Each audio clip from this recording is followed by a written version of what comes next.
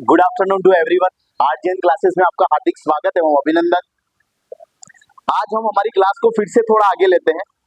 कल तक हमने त्रिकोणमिति के अनुप्रयोग के 4 सवाल कर दिए थे, 3 सवाल कर दिए थे। अभी हमारे पास में चौथा सवाल है। ये मेन प्रश्न वाली का ही सवाल है हमारे पास में। देखिए, जितने कॉन्सेप्ट हमने देखे हैं, मैंने 3 त्रिकोणमिति अनुपात साइन कॉस टेन के जो एंगल के मान है वो आपको बताए हैं। इसके बाद में एक अच्छा सा मेथड बताया है।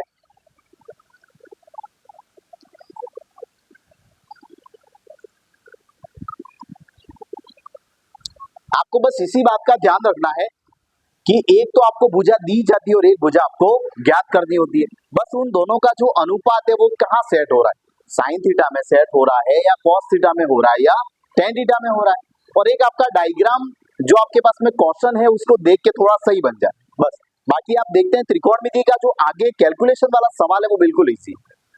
जैसे कि यहाँ एक ठेकेदार साहब है हमारे सवाल के अंदर, और ठेकेदार साहब फिसलन पट्टी बना रहे हैं, आपके खेलने की चीज बना रहे हैं, फिसलन पट्टी बना रहे हैं। आपने देखा होगा फिसलन पट्टी किस प्रकार की होती है। तो ये कुछ फिसलन पट्टी इस प्रकार की होती है, किसी एक खंबे के ऊपर जमी हुई है और यहाँ पर ये फिसलन पट्टी है।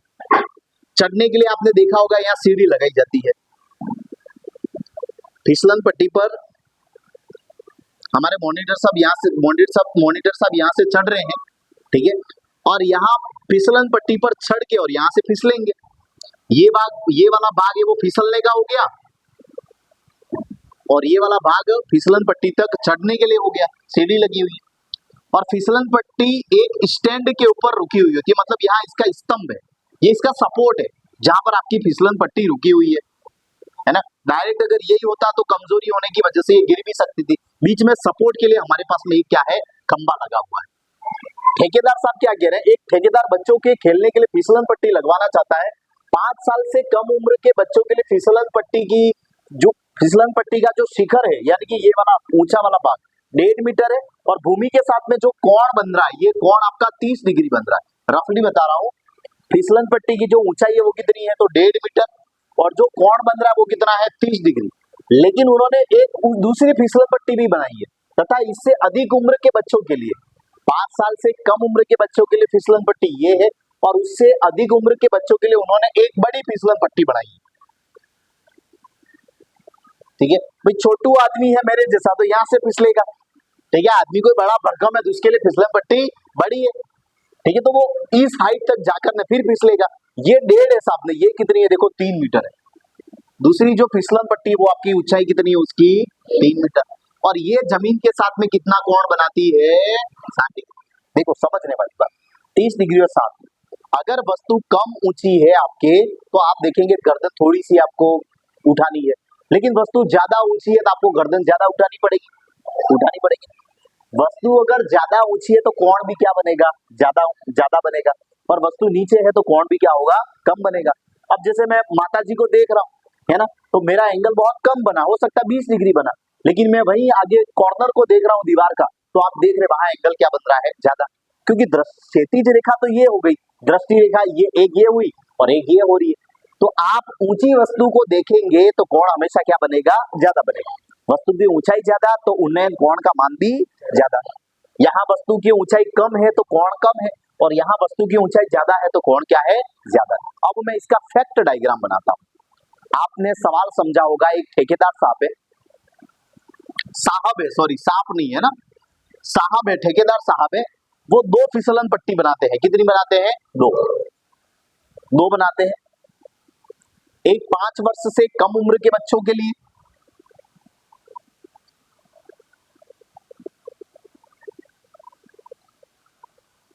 ये हो गई 5 वर्ष से कम उम्र के बच्चों के लिए, और इससे अधिक के लिए एक और है, देखिए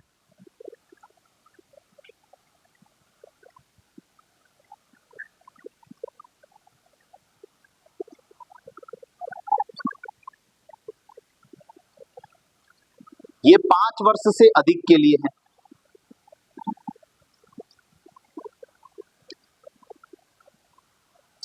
पांच वर्ष से कम उम्र के बच्चों के लिए जो फिसलन पट्टी बनी हुई है उसकी जो ऊंचाई है वो 1.5 मीटर है। कितनी है, 1.5 मीटर।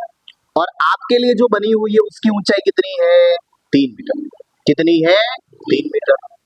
5 वर्ष के बच्चों के लिए जो बनी हुई है वो फिसलन पट्टी जमीन के साथ में, देखिए भूमि के साथ में 30 डिग्री का कोण बनाती है। कितना बनाती है? 30 डिग्री।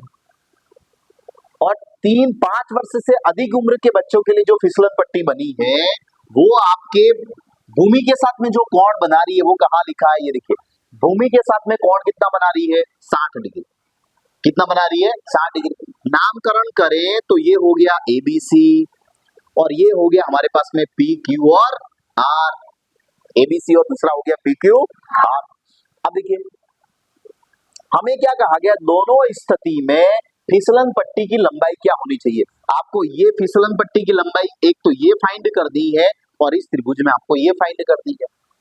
एक एक हम लेते हैं आराम से। देखिए सबसे पहले मैंने त्रिभुज लिया, चलो पहली फिसलन पट्टी की लंबाई मान लेते हैं अपन। फिसलन पट्टी की लंबाई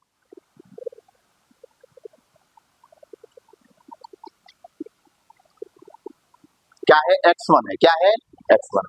ठीक है। अब देखिए पहले वाले त्रिभुज में अपन देखते हैं पहली स्थिति के अंदर त्रिभुज है आपके पास में ए बी सी। इसमें आप देखिए एंगल बन रहा है यहां से, मुझे इधर आ जाना चाहिए।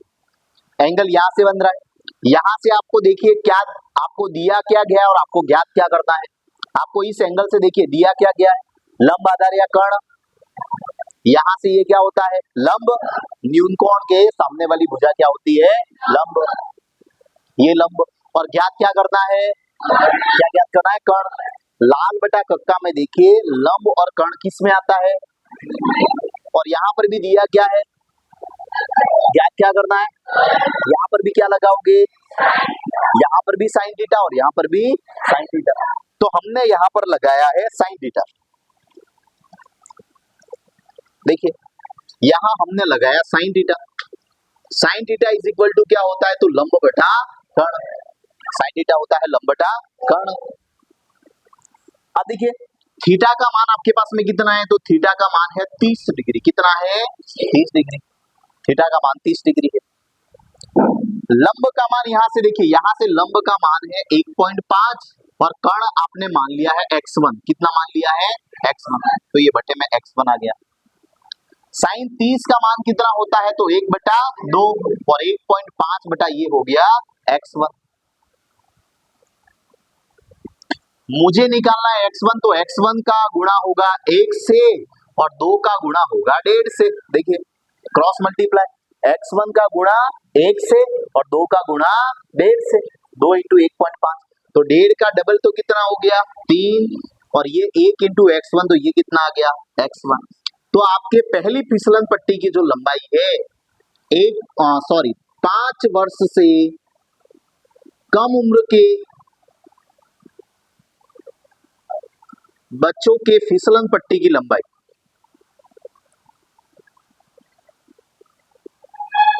जो लंबाई है वो कितनी होगी? तो वो 3 मीटर की होगी। कितनी होगी? 1.5 मीटर ऊंचा और 3 मीटर लंबी फिसलन पट्टी की यहाँ पर लंबाई है। ये आया। अब हम इसके ये सेकंड वाली जो 5 वर्ष से अधिक उम्र के बच्चों के लिए जो फिसलन पट्टी बनाई गई है उसके लंबाई पर बात करते हैं। इसको हमने x2 मान लिया। माना कि दूसरी फिसलन पट्टी की लंबाई x2 है।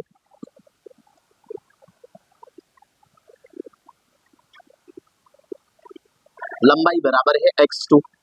आपने त्रिभुज कौन सा लिया है? तो आपने त्रिभुज लिया PQR में।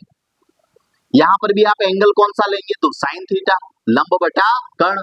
मैंने पहले ही आपको जिक्र करके बता दिया है।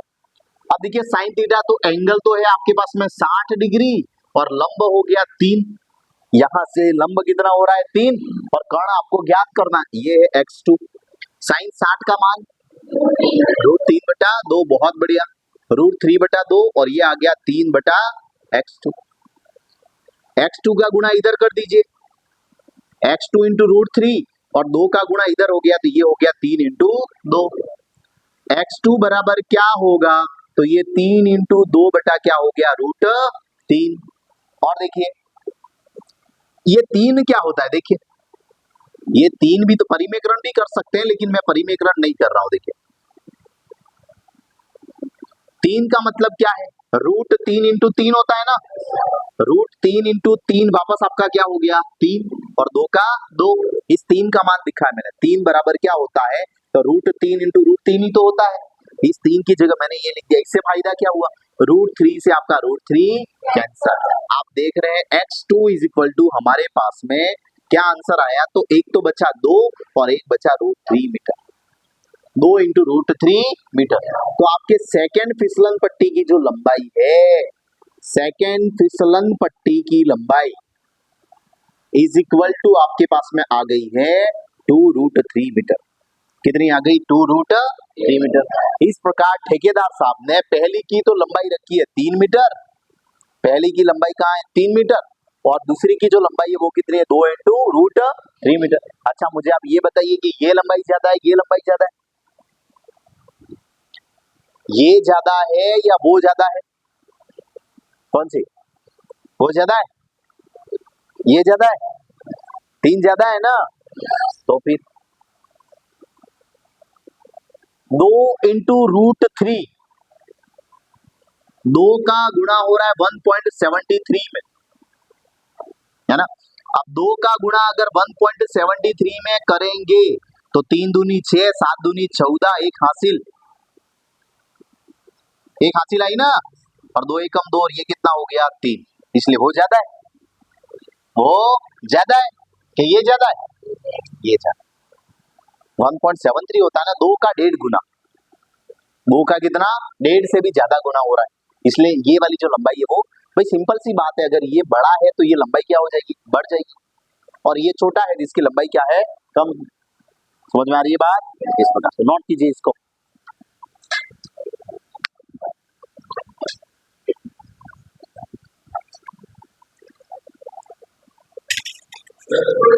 देखिए अगला सवाल है 5वां सवाल। अब वो पतंग उड़ रही है ना, प्रश्नवाली में भरपूर आपके खेल का आनंद है। पहले आपने फिसलन पट्टी पर फिसल लिया, अब हमारे पास में पतंग उड़ाने का सवाल है। भूमि से 60 मीटर की ऊंचाई पर एक पतंग उड़ रही है, ये आपकी भूमि हो गई, यहां से 60 मीटर की ऊंचाई पर यहां कोई पतंग उड़ रही है। पूंछड़ी बनाते हो क्या ऐसी, पहले पतंग नहीं उड़ती थी तो लंबी पूंछड़ी बना देते है ना, पूंछड़ी लंबी होती थी तो फिर पतंग ऊपर जाके हिलती नहीं थी, है ना, उड़ती रहती थी, नहीं तो डर लगता था कि कहीं इधर जाए कहीं फंस जाए यूं करके। तो ये पतंग जमीन से 60 मीटर की ऊंचाई पर उड़ रही है, कितनी ऊंचाई पर, पतंग में लगी डोर को भूमि के एक बिंदु से बांध दिया जाता है। कभी कभार आप पतंग बहुत ऊपर चढ़ा देते हैं, ठीक है, चढ़ाने के बाद में अब इतनी देर अपने आप ही एटीट्यूड आ जाता है उस समय कि अब पतंग मुझे पकड़ के बैठना नहीं है, अब तो फिरकी यहाँ लगा देता, पतंग अपने आप उड़ेगी। आप मान लो छत पर थे, नीचे जाते हैं, खाना खा के आते हैं, है ना, पापा से बात करके आते हैं, मम्मी से बात करके आते हैं, तब तक पतंग उड़ती रहती है। और पड़ोसी को भी कहते हैं और कैसे हैं, यो अपनी अपनी उड़ रही है, यो बताते हैं अपनी वाली उड़ रही है, यो ऊपर को ना, अरे कोई नहीं अपनी पतंग ऐसे ही उड़ती है, ऐसा। और कोई खतरनाक दोस्त हो अपने जयसिंह जैसा तो पतंग बीच में ही कटवा देता है ना, धीरे से आ रही है ना, तू नीचे खाना खा रहा है, ऊपर ने ऊपर चली गई पतंग। तो देखिए पतंग ऊपर उड़ रही है और आपने क्या किया है, धागे पतंग में लगी डोर को भूमि के किसी एक बिंदु से बांध दिया है। अब देखिए पतंग अगर मेरे सर पे उड़ रही है तो मैं धागा यहाँ बांध सकता हूँ क्या, आप ही बताइए, नहीं ना। पतंग कहीं उड़ रही है मतलब धागा क्या होगा, तिरछा होगा हमेशा। पतंग कभी सर पर तो उड़ती है नहीं, कभी ऐसा किया आपने पतंग उड़ाते पतंग सर पे ले आए, ऐसा आ भी गई है तो धीरे धीरे वापस कहाँ चली जाती है, दूर चली जाती है, ठीक है। इस बार आपके पास में बढ़िया समय, अर्धवार्षिक हो जाएगी, फिर पतंग उड़ाने का भरपूर समय मिलेगा। आप पर उतनी उड़ाना कि अपने वार्षिक में अपनी पतंग कटनी जाए। अब देखिए मान लीजिए कि मैंने पतंग का धागा यहाँ इस बिंदु से बांध दिया है, ये खूंटी है, मान लो कि पतंग का धागा मैंने यहां से बांध दिया और भूमि के साथ डोरी का जो झुकाव है, ये भूमि है और ये आपकी डोरी है, इसका जो झुकाव है वो कितना है 60 डिग्री, कितना है 60 डिग्री। वस्तु ऊपर है यानी कि हमेशा क्या होगा, उन्नयन कोण होगा, ये क्लियर रखना। वस्तु नीचे होगी तो कोण कौन सा बनेगा? अवनमन। अभी तक हम अवनमन वाले सवालों में पहुंचे नहीं, अभी तक हम उन्नयन के अंदर ही है। 60 डिग्री का झुकाव है। दूसरा हमें क्या कहा है, देखो ऊंचाई दे रखी है, भूमि के साथ डोरी का झुकाव हमने 60 डिग्री लिख दिया। डोरी में कोई ढील नहीं है, इसका मतलब यूं है कि ये डोरी है वो तनी हुई है। कभी कभार हवा कम पड़ जाती है तो आपने देखा डोरी ऐसे हो जाती है बीच में, फिर वो धीरे धीरे झुकाव के साथ में नीचे आ जाती है, फिर तो दोस्त पत्थर मार के भी खींच लें तो नीचे आ जाए। पर इन्होंने पहले ही कह रखा है कि आपकी डोरी के अंदर कोई झुकाव नहीं, मस्त उड़ रही है। तो डोरी की लंबाई ज्ञात कीजिए। किसकी लंबाई ज्ञात करनी है आपको? डोरी की लंबाई। यही है ना डोरी की लंबाई, ये आपकी डोरी है। माना कि डोरी की लंबाई है वो क्या है? x है। मैंने कहा माना कि डोरी की लंबाई x है।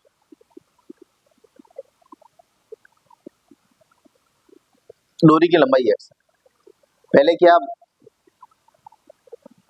मकर संक्रांति के अंदर अब खुद पे कॉन्फिडेंस नहीं रहता था, तो पतंग तो भले 10 ले आए लेकिन छेद करना है, उसकी कन्नी बोलते हैं वो धागा बांधते वो खुद नहीं करते थे। दिमाग में यार ये पतंग उड़ाता इतनी दूर जाती है न हिलती तक नहीं, कन्नी तो यही जोरदार बांधता है ना। भले वो हमको कैसी भी बांध के दे दे, पर हमको ये लगता है ये अच्छी बात हमसे बांधी जाती नहीं, क्योंकि हम जो बांधते हैं उसे तो कभी भुर्र ऐसे जाती है, कभी इधर जाती है ना, कभी आके ना हेलीकॉप्टर नीचे कूद जाता है। हमारे साथ ऐसे घटनाक्रम ज्यादा होते हैं। अब देखिए माना कि डोरी की लंबाई x मैंने मान ली है, मुझे निकालनी है डोरी की लंबाई। तो आपको मैंने पहले ही कहा है आपको दो चीजें देखनी है, आपके न्यून कोण से कि आपको दिया हुआ क्या है और आपको ज्ञात करना क्या है। यहाँ से दिया हुआ क्या है? लंब, और आपको ज्ञात क्या करना है? कर्ण। दो चीजें देखनी है आपको, एक तो दिया हुआ क्या है और एक ज्ञात करना क्या है। तो यहाँ पर दिया हुआ कौन है आपका? लंब, और ज्ञात क्या करना है? कर्ण। और लंब और कर्ण किस अनुपात में आते हैं? तो साइन थीटा में आते हैं। किस में आते हैं? Sine theta. आप लाल बटा कक्का से देख सकते हैं कि लंब और कर्ण का मान होता है साइन थीटा। तो मैंने लिया त्रिभुज ये ए बी सी, त्रिभुज ए बी सी में sine theta is equal to formula होता है लंब बटा कर्ण। थीटा का मान है आपके पास में 30 डिग्री, लंब आपके पास में कितना हो गया? तो 60, और कर्ण आपने कितना माना है? x। कर्ण कितना माना है? अच्छा 60 डिग्री, ये 60 डिग्री और ऊंचाई कितनी है? 60 मीटर, ये बराबर है ना 60 मीटर, ठीक है। साइन 60 का मान कितना होता है? तो √3/2 is equal to 60 upon x। x कभी नीचे नहीं होना चाहिए, x हमेशा कहाँ होना चाहिए? ऊपर। किसना? x हमेशा कहाँ होना चाहिए? ऊपर। तो इस x को ऊपर भेज दीजिए, √3 इंटू x और 2 इधर ले आइए, तो ये हो जाएगा 60 इंटू 2। तो ये आपके पास में आया, एक बार इसको भी इधर भेज देते 60, ये तो हो गया 120। 120 और √3 मल्टीप्लाई में था, तो ये हमारे कहाँ चला जाएगा? बटे में। यहाँ गुणे में है तो इधर आके कहाँ चला गया? भाग में। अब आपको रिक्वायरमेंट है परिमेयकरण की। किसकी है? परिमेयकरण की, क्योंकि बटे में क्या आ गया है? रूट। तो x इज इक्वल टू 120 बटा √3 है, तो इसमें √3 का मल्टीप्लाई और √3 का क्या हो गया? डिवाइड।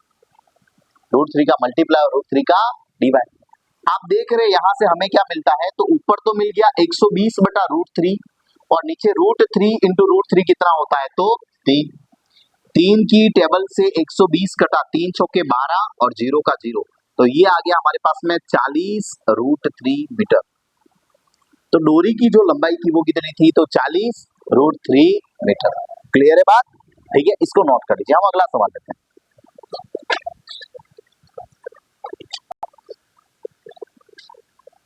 देखिए छठा क्वेश्चन है, 1.5 मीटर लंबा एक लड़का 30 मीटर ऊंचे भवन से कुछ दूरी पर खड़ा है। ये भवन है जिसकी ऊंचाई 30 मीटर है। 30 मीटर ये ऊंचा भवन हो गया। भवन से कुछ दूरी पर एक लड़का खड़ा है। मान लीजिए कि ये लड़का यहां पर खड़ा है,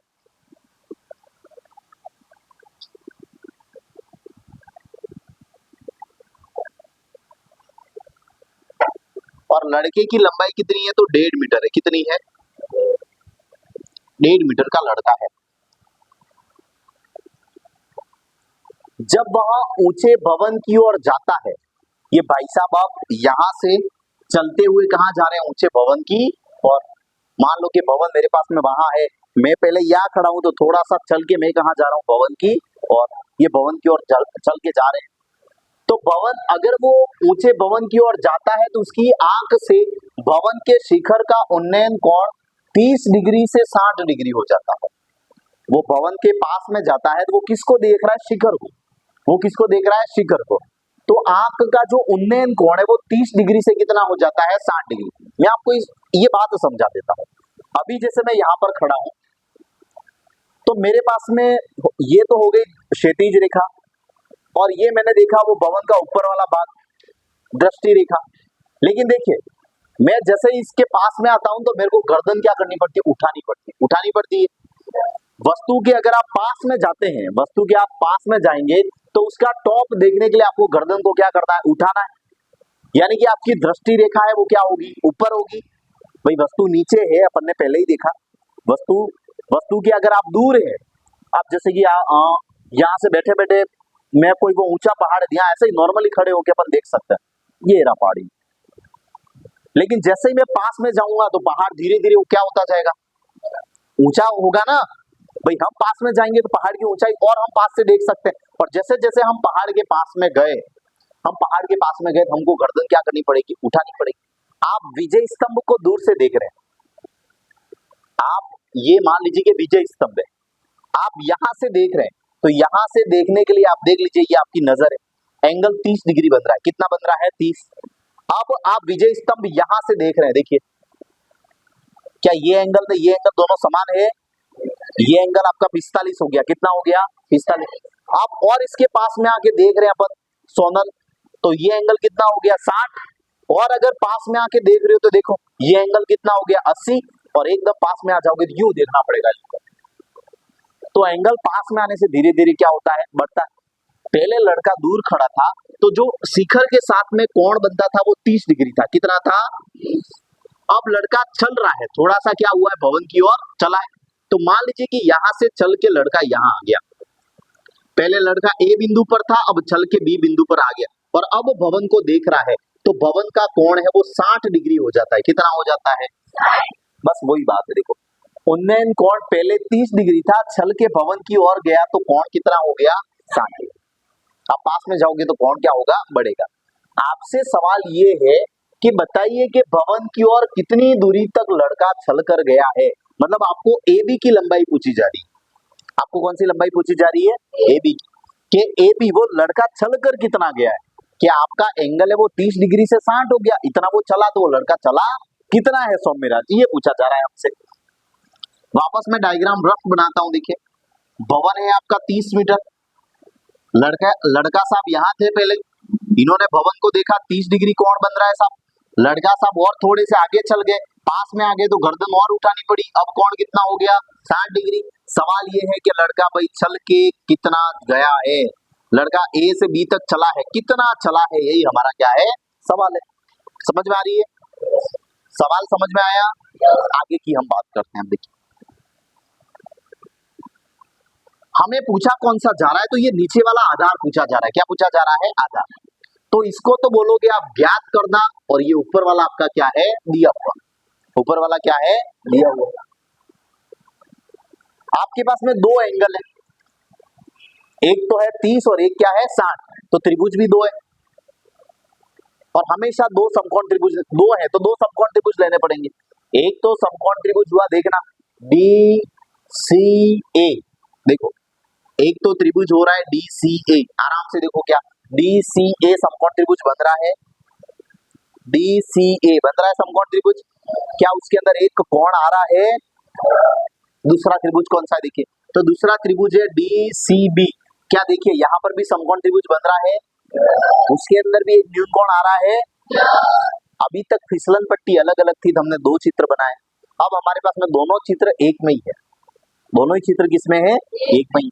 हम थोड़ा सा सवाल का स्तर अब बढ़ाएंगे, छठे सवाल में गए ना, थोड़ा थोड़ा सवाल का स्तर बढ़ेगा। देखिए कैसे सॉल्व करते हैं। सबसे पहले मैंने लिया त्रिभुज डी सी बी। कौन सा त्रिभुज लिया, डी सी बी में समकोण त्रिभुज लेना है मेरे को। अब आप देख रहे हैं आधार तो मुझे ज्ञात करना है, ये ज्ञात करना है, लेकिन पूरा हम ज्ञात करते हैं। अकेला ये डायरेक्ट ये नहीं निकलेगा, इस पूरे से ये निकल सकता है, तो हम पूरा आधार निकालते हैं। और ज्ञात क्या करना है, दिया हुआ तो है सामने वाला लंब, और ज्ञात क्या करना है तो आधार। इस 60 से देखिए क्या दिया हुआ है, 30 डिग्री लंब दे रखा है, और ज्ञात क्या करना है,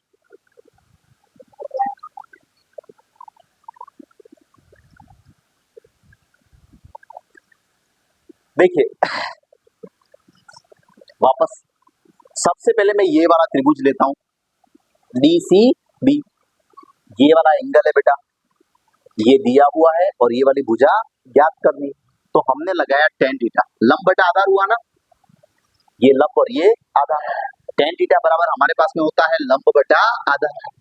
तो ये हो गया tan 60, कितना हो गया, लंब कितना है देख लीजिए 30, चिराग गुड मॉर्निंग, और आधार कितना हो गया BC, आधार कितना हो गया BC। खेल क्या है ना, थक जाता बेचारा, स्टेमिना कम है ना, सिसोदिया जी ने दूध नहीं पिलाया अभी थोड़े दिन से इसको, हाँ है ना, डाइट कम है थोड़ी।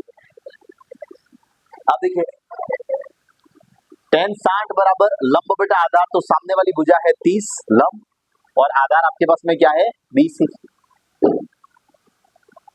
tan 60 का मान कितना है तो √3 है, कितना है, ये 30 बटा ये हो गया BC, BC को ऊपर भेज दीजिए, √3 कहाँ आ जाएगा नीचे, ये BC चला गया ऊपर, और ये हो गया 30 बटा रूट BC बराबर 30 √3। अब परिमेयकरण कर दीजिए, तो BC बराबर देखिए 30 √3 इंटू √3 अपॉन ये क्या हो गया √3, कट नहीं, √3 इंटू √3 कितना हो गया 3। BC इज इक्वल टू क्या है आपके पास में देखिए 30 का गुणा √3 से, तो 30 √3 और बटे में √3 इंटू √3, ये कितना आ गया 3, तो 3 से आपका 10 कैंसल, तो BC इज इक्वल टू कितना आ गया 10 √3 मीटर। आधा भाग तो मिला, फिर ये बाद में निकालेंगे, ये आ गया 10 √3। देखिए आगे आगे बढ़ते हैं। अब त्रिभुज लेते हैं हम 30 डिग्री वाला, जहां एंगल है वही त्रिभुज लेने, ऐसा त्रिभुज कौन सा लेंगे हमको कैसे पता चलेगा, तो जहां जहां एंगल आ रहा है उतने त्रिभुज आपको लेने। उन्नयन कोण 2 तो त्रिभुज 2, 3 कोण तो कहीं आने वाले ही नहीं, कोण कितने आएंगे ज्यादा ज्यादा 2, 1 या 2, तो उन्नयन कोण अगर 2 है तो त्रिभुज भी कितने लेने हैं 2 ही लेने। अब ये 30 डिग्री वाला लेना और समकोण लेना, ऐसा नहीं कि आप ये ले लो DBA, सर ये ले लो, यहाँ तो समकोण त्रिभुज है नहीं, जब समकोण त्रिभुज नहीं होगा तो आप sin theta cos theta tan theta लगा पाएंगे नहीं। इसलिए हमेशा इस बात का ध्यान रखना है कि अगर कोई उन्नयन कोण वाला त्रिभुज लेते हैं तो उसके अंदर 90 डिग्री भी लेना है। तो यहाँ से 90 डिग्री भी कौन सा है, यही वाला है, तो हम त्रिभुज कौन सा ले रहे हैं AD और C, हमने त्रिभुज लिया AD और C, ADC में। यहाँ से देखिए दिया हुआ है लंब और ज्ञात क्या करना है आधार, ये भाग बाकी है ना, ये ज्ञात करना है आधार, तो हमने लगा दिया यहाँ पर tan थीटा, tan थीटा बराबर होता है लंब बटा आधार। यहाँ पर एंगल है tan 30 डिग्री, लंब हो गया आपके पास 30, और आधार कितना है देखिए, आधार तो AC है, आधार क्या है AC, पूरा A से लेके C तक ये पूरा आधार है आपका।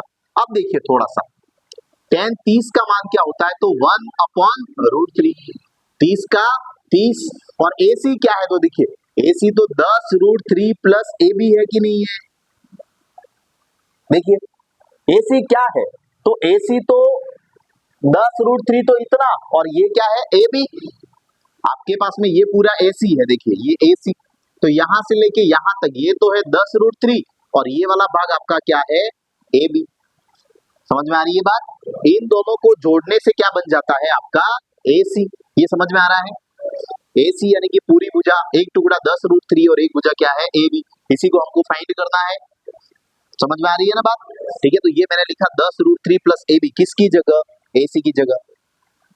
अब देखिए इस पूरे का गुणा 1 से कर दो, 1 का गुणा होगा 10 √3 प्लस AB, और सामने आ गया 30 इंटू √3, 30 इंटू रूट ये आ गया।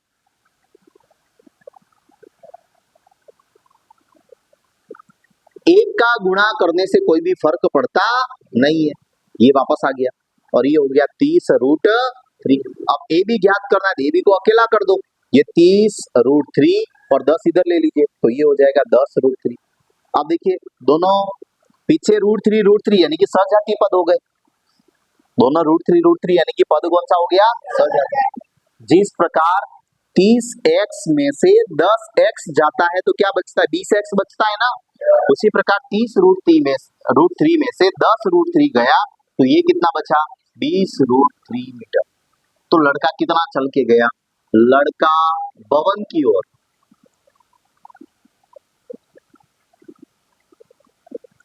20√3 मीटर चल कर गया। लड़का यहां से यहां तक चला था, ए से बी तक, तो कितना चल के गया, ए से बी तक 20√3 मीटर। क्लियर है बात, नोट कर दीजिए।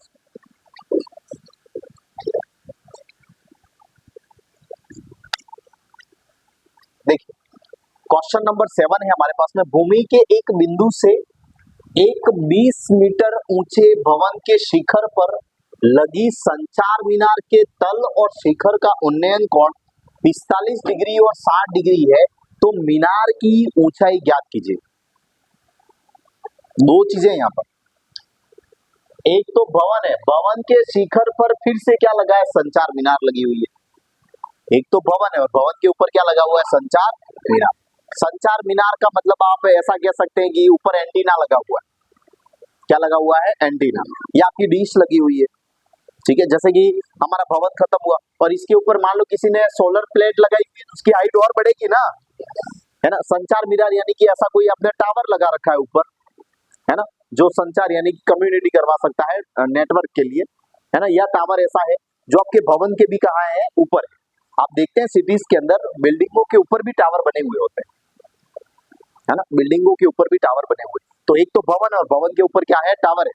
मेरे जैसा अहमदाबाद जाएगा या कोलकाता जाएगा, मुंबई जाएगा, तो भाई, है ना, ये बिल्डिंग ने बिल्डिंग के ऊपर भी टावर बनाया है, हमारे तो घर पे है भाई, नीचे ही नहीं रह रहा है, ठीक है।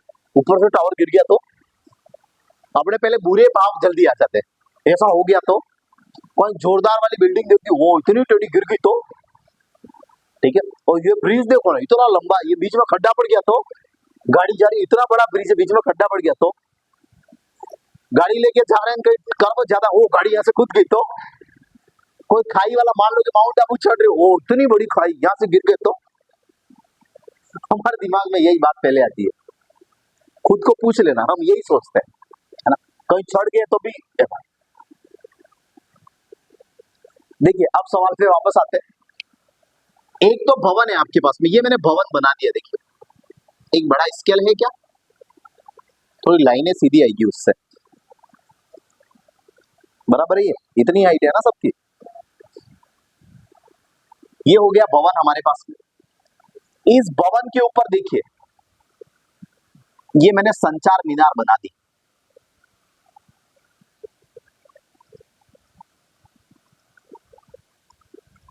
ये ऊपर मैंने क्या बना दी, संचार मीनार, है ना।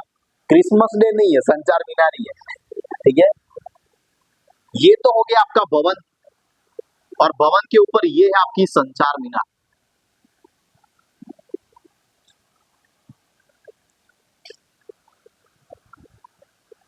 भैया क्या देख रहा है, संचार मीनार का तल और शिखर दोनों देख रहा है। संचार मीनार का तल कौन सा हुआ, ये वाला भाग, और संचार मीनार का शिखर कौन सा हुआ, ये वाला भाग। तो आप मान लीजिए कि यहां से देख रहे हैं, यहां से एक बार तो आप देख रहे हैं संचार मीनार का तल,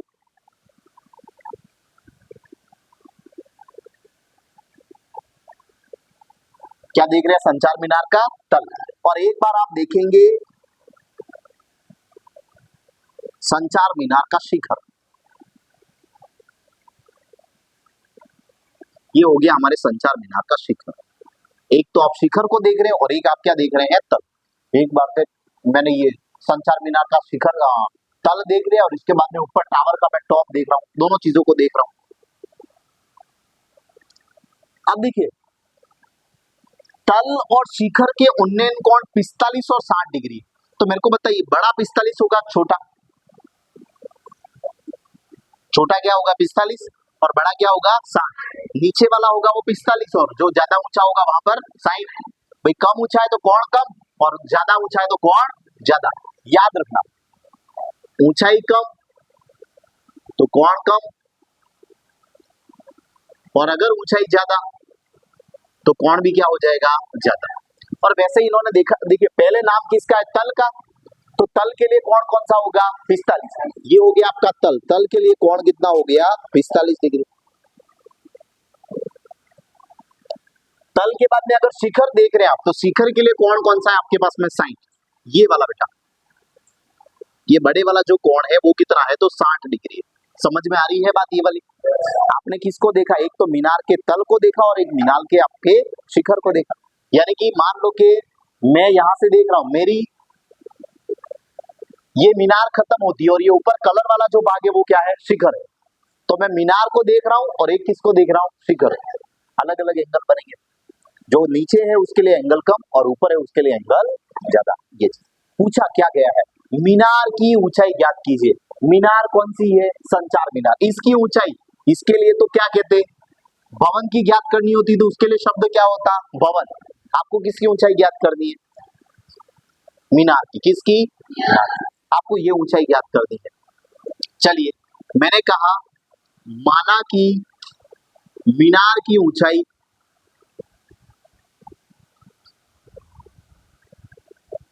h है, ऐसा मान लिया। माना कि जो ये मीनार है आपके पास में, देखो ये आपकी मीनार है, इसकी ऊंचाई कितनी है, h। ठीक है, h है आपके पास में। और भवन की ऊंचाई तो दे रखी है बॉस, ये वाली ऊंचाई देखिए कितनी है, 20 है। भूमि के एक बिंदु से 20 मीटर ऊंचा भवन, भवन कितना ऊंचा है, तो 20 मीटर है। ये तो हमें दे रखा है, ये भवन है वो 20 मीटर, 20 मीटर है। मीनार की ऊंचाई ज्ञात करो, मीनार की ऊंचाई ज्ञात करो। मुझे बताइए यहाँ त्रिभुज कितने लेने पड़ेंगे, एक के दो,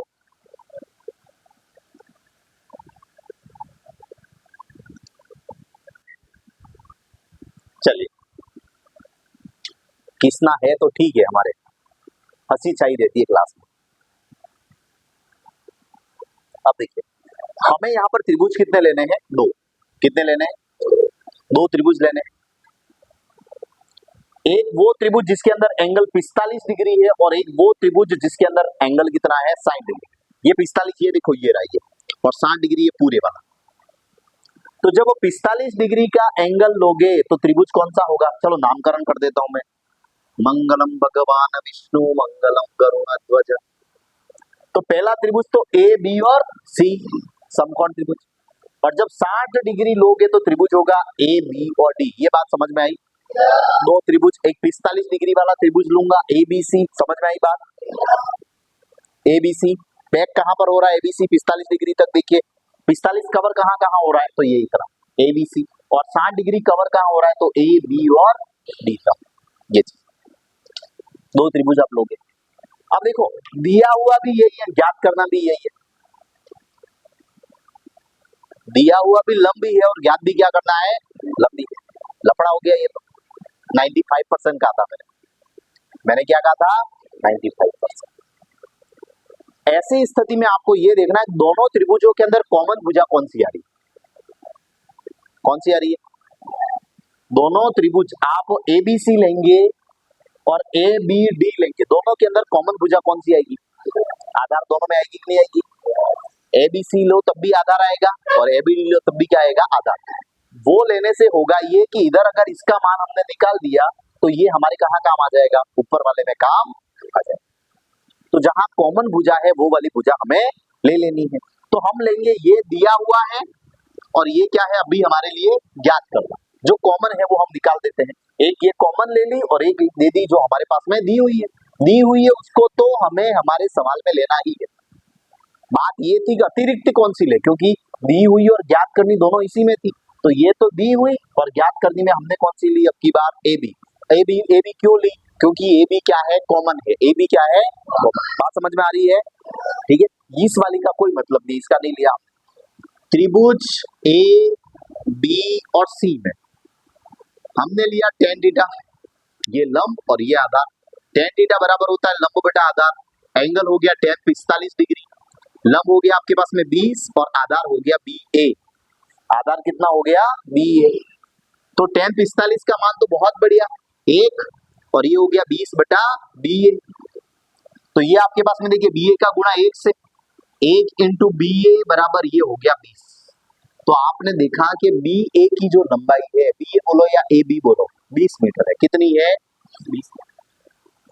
आधार की जो लंबाई है हमारे पास में वो कितनी आ गई 20 मीटर। ये हमको सपोर्ट करेगी।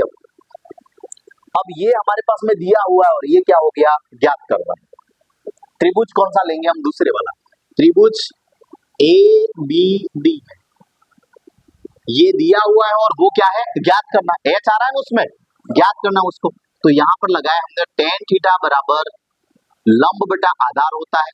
एंगल कितना है तो 60 डिग्री। बड़े वाले में देखिए बड़े वाले में एंगल कितना है 60 डिग्री छोटे वाले में 45 था। tan 60 लंब क्या है तो देखिए h प्लस 20 है कि नहीं है लंब। यहां से लंब देखिए h प्लस 20 जैसे अभी आया था नीचे वाला भाग था अब की बार ऊपर वाला भाग h प्लस 20 और आधार देखिए आधार तो अभी आप निकाल के लाए कितना है 20। आधार कितना है 20। tan 60 का मान होता है √3 और ये हो गया h प्लस 20 और बटे में 20। 20 का गुणा √3 से होगा देखिए 20 √3 इज इक्वल टू ये हो गया h प्लस 20। आपको किसका मान चाहिए h का। h है मीनार की ऊंचाई 20 को इधर भेज दीजिए तो 20 √3 माइनस 20 आ गया आपके पास में ये इज इक्वल टू h। तो h बराबर क्या बचा देखिए दोनों में 20 है कि नहीं 20 कॉमन निकाल दीजिए। अंदर क्या बचा √3 माइनस 1 बचा कि नहीं बचा बताइए मुझे। 20 कॉमन निकाल दिया और अंदर क्या बचा इधर से तो बचा √3 और 20 निकल गया यहाँ पर क्या बचा 1। तो ये हो गया 20 √3 माइनस 1। यही आपका उत्तर मान लीजिएगा जब तक वो √3 का मान आपको दे नहीं दे। √3 बराबर इतना होता है ऐसा नहीं लिखा हुआ हो तब तक आपको √3 का मान रखना नहीं ठीक है। और हम रखे तब भी ये h बराबर s यही आंसर है पहले ही कह रहा हूँ उत्तर यही है। पर फिर भी आपकी इच्छा है तो ये √3 का मान कितना होता है 1.73 माइनस 1। तो h बराबर ये हो गया 20 इंटू 0.73 20 इंटू क्या हो गया 0.73 तो 20 का गुणा 0.73 में कर देंगे आप तो ये कितना आ जाएगा देखिए 0 3 दूनी 6 और 7 दूनी 14 1460। अब कितनी संख्या के आगे दशमलव में 2 तो ये आंसर आपके आ गया 14.60 मीटर। मीनार की जो ऊंचाई थी वो कितनी थी तो 14.60 मीटर। आप चाहें तो निकाल सकते बाकी उत्तर यही है। आपको √3 में नहीं उलझना हो तो उलझना नहीं। बात समझ में आ रही है। सवाल की थोड़ी सी हम कठिनाई की ओर आगे बढ़े लेकिन फिर भी हमें पता है ना हमारे हौसले बहुत मजबूत है। हम इन सवालों को कर लें नोट कर दीजिए अभी तो तैयार हो।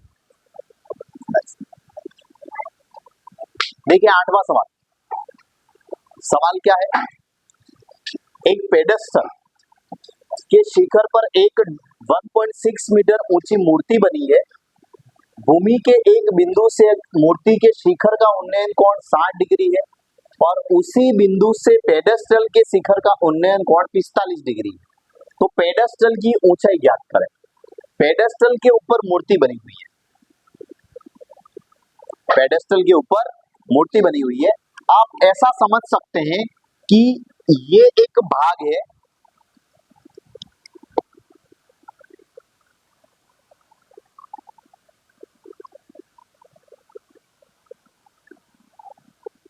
ये पेडेस्टल है। क्या है पेडेस्टल मूर्ति बनी हुई है यानी कि आपने देखा होगा कई जगह मूर्तियां ऊंचाई पर बनाई जाती है थोड़ी सी और नीचे उसको मूर्ति जहां से बनाई जा रही है इसके नीचे एक थोड़ी सी दीवार उठा दी जाती है और उस दीवार के सपोर्ट पर फिर मूर्ति बनाई जाती है ताकि मूर्ति हो वो थोड़ी ऊंची रहे। अगर मूर्ति ऑन रोड बना दी तो लोग मूर्ति है और लोग साथ में होंगे है ना। कोई भी मूर्ति को कुछ भी लगा के या भगवान की मूर्ति है तो टच करके निकल जाए है ना गंदगी फैले। तो अपन देखते हैं हमारे आसपुर के अंदर भी प्रताप सर्कल बनाया हुआ है। तो पहले वो एक दीवार बनाई है ओटला कहते हैं जिसको अपन है ना कुछ हाइट तक बनाया गया है उसको पेडेस्टल कहते हैं और उस पेडेस्टल के ऊपर महाराणा प्रताप की मूर्ति बनाई गई है। घोड़ा बनाया गया चेतक है ना। तो अब अगर वो चेतक सीधा रोड पे बनाया होता तो गाड़ियां भी साथ में दौड़ती चेतक भी साथ साथ में दौड़ता गंदगी होती उसके पैरों में। इसलिए थोड़ी सी हाइट बनाएगी पहले और इसके बाद में आपने देखा है कि ऊपर आपकी मूर्ति बनाएगी। तो वो जो नीचे वाला ओटला है उसी को हम क्या कहते हैं पेडेस्टल कहते हैं। अब देखिए इसके ऊपर मूर्ति बनाई गई है। अब मूर्ति तो डिजाइन कर नहीं सकते हम, हमने बता दी ये है मूर्ति आपके, ये मूर्ति है और ये हो गया आपका पेडेस्टल। ऊपर जो है वो मूर्ति है और नीचे क्या है, पेडेस्टल। आप भूमि के एक बिंदु से,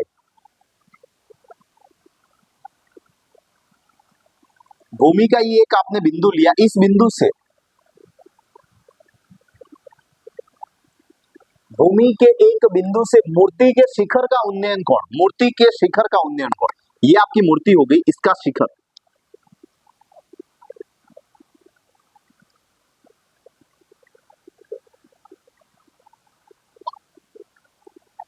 ये आपके मूर्ति के शिखर का उन्नयन कोण 60 डिग्री है। कितना है, मूर्ति के शिखर का उन्नयन कोण है वो 60 डिग्री हो गया। आपने मूर्ति के टॉप को देखा और उसी बिंदु से पेडेस्टल के शिखर का उन्नयन कोण, पेडेस्टल का शिखर ये हो गया, इसको भी देखा आपने।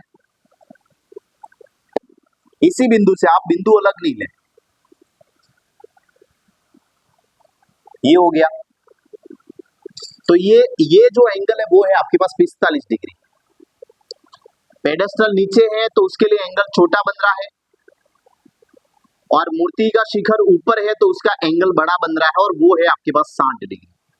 वो कितना है, 60 डिग्री। दूसरा हमें ये कहा गया है कि मूर्ति शिखर पर 1.6 मीटर ऊंची मूर्ति है, यानी कि इस मूर्ति की जो हाइट है वो 1.6 मीटर है। इस मूर्ति की जो हाइट है वो कितनी है, 1.6 मीटर। हमें क्या ज्ञात करना है, तो पेडेस्टल की ऊंचाई ज्ञात करनी है। हमें ये वाला भाग फाइंड करना है जिसको मैं h मान लूंगा, जिसे मैं क्या मान लूंगा, h।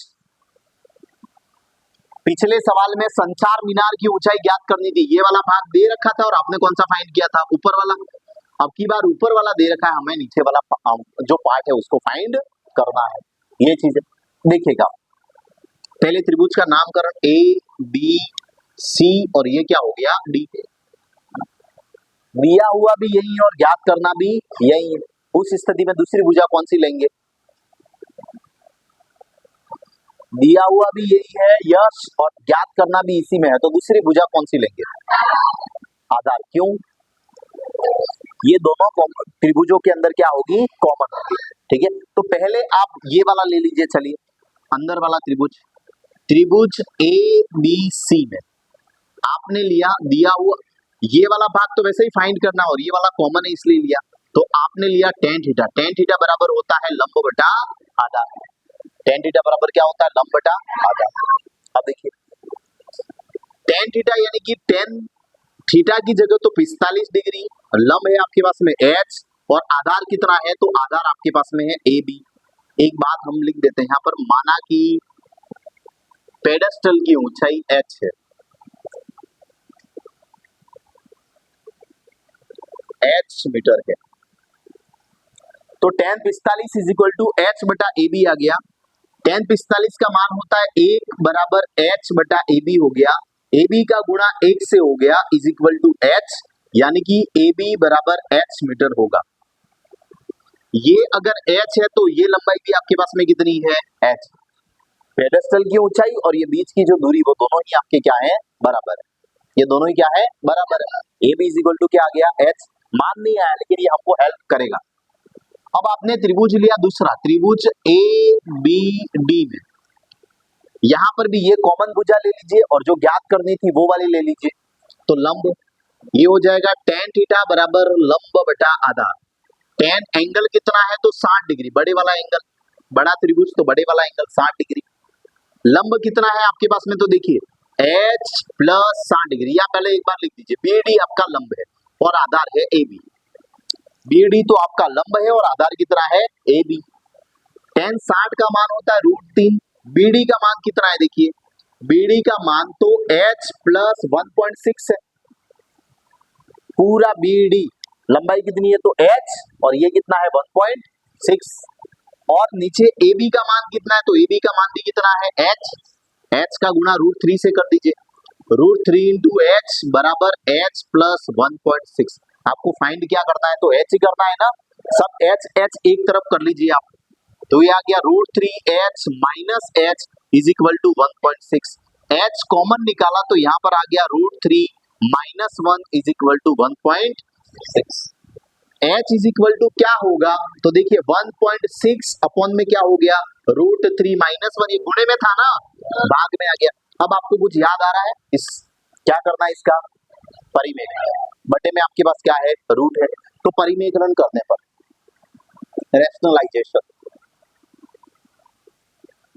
1.6 अपॉन √3 माइनस 1 किसका गुणा करेंगे बताइए आप, √3 प्लस 1 और √3 माइनस 1 बराबर प्लस 1, तो ऊपर तो हो गया 1.6 √3 प्लस 1 और बटे में ये देखो a minus B A plus B हुआ, ये तो a माइनस बी और a प्लस बी, यानी कि ये क्या हो जाएगा a square minus B square, यानी कि √3 का स्क्वायर माइनस 1 का स्क्वायर, 1.6 √3 प्लस 1 और बटे में स्क्वायर से अंडर कैंसिल, ये कितना आ गया 3 माइनस 1, तो ये हो गया 1.6 √3 प्लस 1 और बटे में कितना आ गया 2, ये कितना है 16 और 16 का आधा कितना होता है 8, 16 का आधा कितना होता है 8, अरे 16 तो है ना, अरे दशमलव हटा दो, 16 का आधा 8 तो 0.8 आएगा उत्तर, ये कितना है 16, तो आधा कितना होगा 0.8 होगा, इसलिए मैं 16 कह रहा हूँ। आप दशमलव हटा दीजिए तो बटे में क्या लग गया 0, 2 के पारे से कटा दिए कितना आ गया 10 और ये कितना आया 8, 8 बटा 10 कितना होता है देख लीजिए 0.8 होता है ना, 8 बटा 10 बराबर कितना होता है 0.8, एक जीरो तो एक संख्या के आगे दशमलव, 0.8 इंटू ये हो गया √3 प्लस 1 मीटर।